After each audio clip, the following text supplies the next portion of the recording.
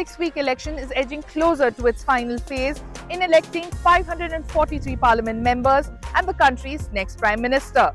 With votes already cast for about 80% of the seats, all eyes are on India's current Prime Minister, Narendra Modi, who's eyeing a historic third term in office. A couple of months ago, polls were predicting a landslide win for the National Democratic Alliance, led by Modi's Hindu nationalist Bharatiya Janata Party or the BJP. But with dwindling voter turnout and a multi-party opposition called the India Alliance, led by Indian National Congress's Rahul Gandhi, gaining ground in some parts of the country, leading experts have become more measured in their predictions. So, will Modi secure a rare third term as Prime Minister, or will the opposition threaten the BJP's chances of securing a majority?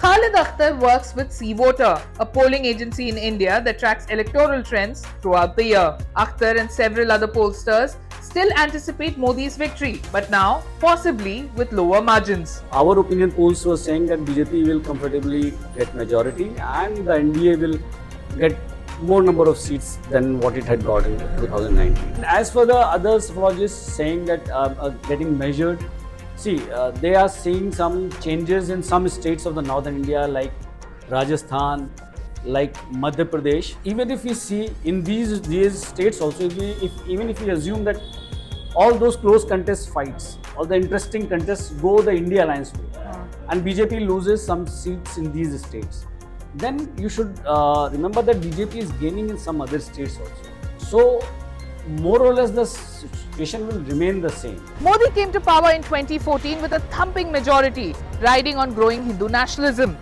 In 2019, his Bharatiya Janata Party did even better, winning 303 of the parliament's 543 seats. Now in 2024, he still enjoys the support of many. His supporters claim that in his 10-year tenure, the country's standing in the global arena has improved. India has seen robust economic growth and a myriad of welfare schemes since he took office. However, Modi's tenure has not been without its own set of issues. Globally, alarm bells have been raised about India's democratic backsliding and its treatment of its minorities, especially Muslims, who form a little over 14% of the country's population. According to the 2024 Democracy Report by Sweden-based VDEM Institute, a research institute that studies democratic freedoms in different parts of the world, democracy has significantly declined in countries like India, which has turned into an electoral autocracy. India is now one of the worst autocratizers, and the Modi-led government continues to suppress the freedom of religion rights, a cause for concern for some in India.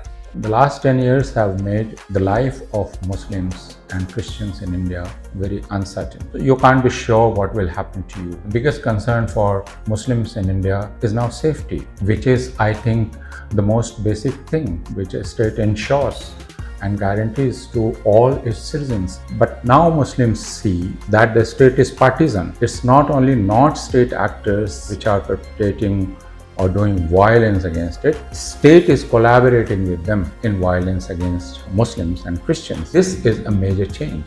The BJP has amplified its divisive rhetoric to full throttle in its election campaign.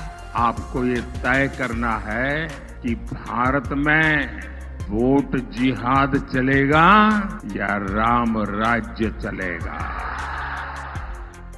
इसका मतलब ये संपत्ति इकट्ठी करके किसको बांटेंगे? जिनके ज्यादा बच्चे हैं उनको बांटेंगे, घुसपैठियों को बांटेंगे। क्या आपकी मेहनत की कमाई का पैसा घुसपैठियों को दिया जाएगा? मुझे बताओ भाई, ये देश सरिया के आधार पर चलना चाहिए क्या? ये चुनाव वोट फॉर जिहाद, इसके अगेंस्ट वोट फॉर विकास का चुनाव है। This kind of rhetoric can heighten the apprehensions of minorities in the country. Those like Apurvanand say that an unequal relationship has been created for minorities like Muslims and Christians in the country. Muslims can deal with maybe non-state actors, but how do they deal with the state? How do they deal with the police? How do they deal with bureaucracy? How do they deal with a hostile judiciary?